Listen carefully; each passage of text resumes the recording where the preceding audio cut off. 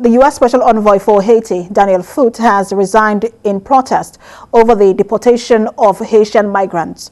The senior diplomat, in a letter, said the decision to return migrants fleeing an earthquake and political instability was inhumane.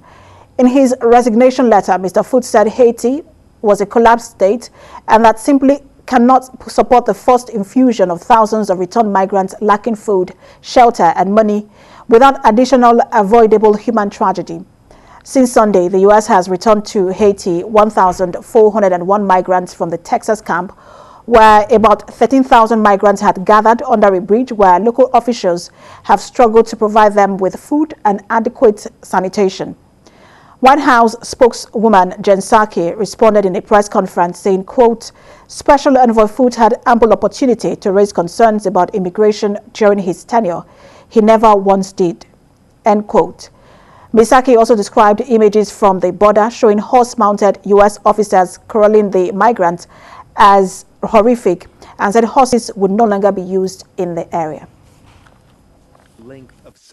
First, I would note there have been multiple senior-level policy conversations on Haiti where all proposals, including those led by Special Envoy Foote, were fully considered in a rigorous policy process.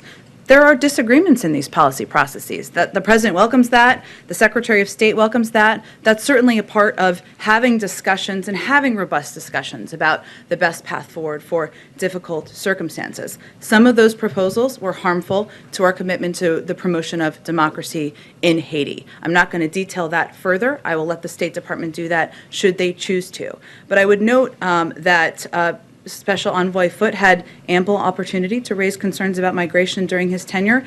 He never once did so. Now, that wasn't his purview. His purview was, of course, being the Special Envoy on the ground. His positions were, and his views were put forward. They were valued. They were heard. Different policy decisions were